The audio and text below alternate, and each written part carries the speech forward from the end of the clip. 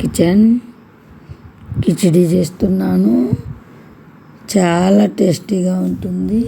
చాలా సింపుల్గా తయారైపోతుంది. వీడియో నచ్చితే లైక్ చేయండి, షేర్ చేయండి. వీడియో అయితే చూసేయండి.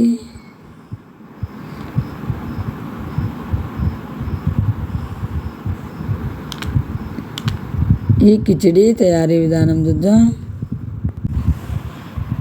చెరువు పెట్టుకొని ఆయిల్ వేసుకోవాలి, నెయ్యి వేసుకోవాలి. నెయ్యి ఆయిల్ బాగా హీట్ అయ్యాక చూడండి, సన్నగా తరిగిన ఎర్రగడ్డ ముక్కలు వేసుకోవాలి. ఇలా వేయించుకోవాలి. కలర్ చేంజ్ అయ్యేట్టుగా ఇలా వేగాలి. చూడండి, ఇలా వేగినాక టమోటా ముక్కలు వేసుకోవాలి. మంట హై ఫ్లేమ్లో పెట్టి వేయించుకోవాలి. పచ్చిమిరపకాయలు వేసుకోవాలి. ఇలా కట్ చేసుకొని కొత్తిమీర పుదీనా వేసుకోవాలి. ఈ టమోటాలు బాగా ఫ్రై అయ్యేట్టుగా ఇలా వేయించుకోవాలి. చూడండి, ఇలా వేగాలి.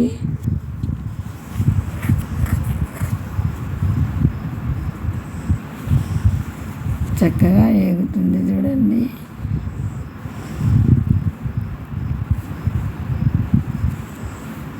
అల్లం తెల్లగడ్డ పేస్ట్ వేసుకోవాలి, 1 టేబుల్ స్పూన్.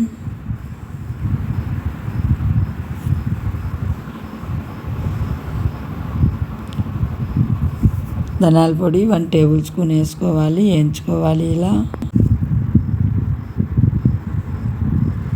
చెక్క లవంగ పొడి 1/2 టీ స్పూన్ తీసుకోవాలి. ఇలా మంట హై ఫ్లేమ్లో పెట్టి వేయించుకోవాలి. పసుపు 1.5 టేబుల్ స్పూన్ తీసుకోవాలి. ఇలా వేసుకొని పచ్చి వాసన పోయేట్టుగా బాగా వేయించుకోవాలి. మంట లో ఫ్లేమ్లో పెట్టి వేయించుకోవాలి. కావాలనుకుంటే కొబ్బరి యాడ్ చేయొచ్చు, నేనైతే చేయడం లేదు. ఎసురు వేసేటప్పుడు ఇలా బాగా వేగినాక కొబ్బరి లాస్ట్లో వేయించుకొని ఎసురు వేసుకోవాలి. చూడండి, చక్కగా వేగింది, మంచి స్మెల్ వస్తుంది. నీళ్ళు వేసుకోవాలి. రైస్కి సరిపడా ఎసురు,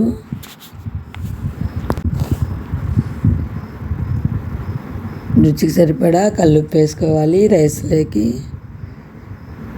చూడండి, ఉడుకుతుంది బాగా.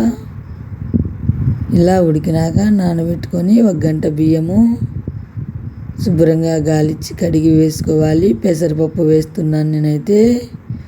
కావాలంటే వేసుకోవచ్చు, ఆప్షనల్. నేనైతే నానబెట్టి వేస్తున్నాను, బియ్యంతో పాటు నానబెట్టాను. చూడండి, ఇలా కలిదిప్పుకోవాలి.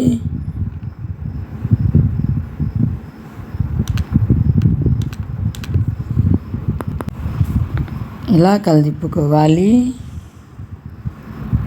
చూడండి, ఈ ఎసురంతా ఇమిడిపోవాలి.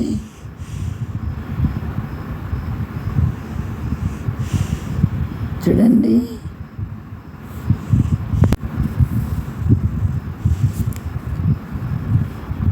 ఇలా మూత పెట్టుకోవాలి. చూడండి, 5 నిమిషాలు ఆవిటిల్తే సరిపోతుంది. ఇలా కలిదిప్పుకోవాలి.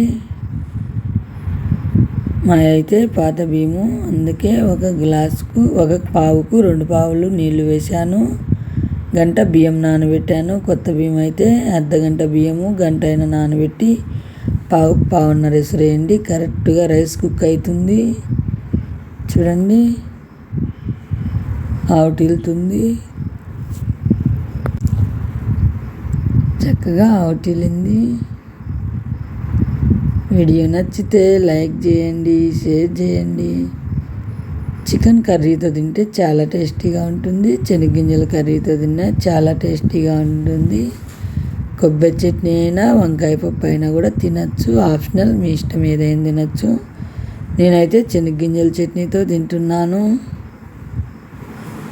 ఈ కిచిడి అయితే చూడండి చక్కగా రెడీ అయిపోయింది. మీరు కూడా ఇలా ఒకసారి ట్రై చేయండి. చాలా అంటే చాలా టేస్టీగా ఉంటుంది. వీడియో నచ్చితే లైక్ చేయండి, షేర్ చేయండి.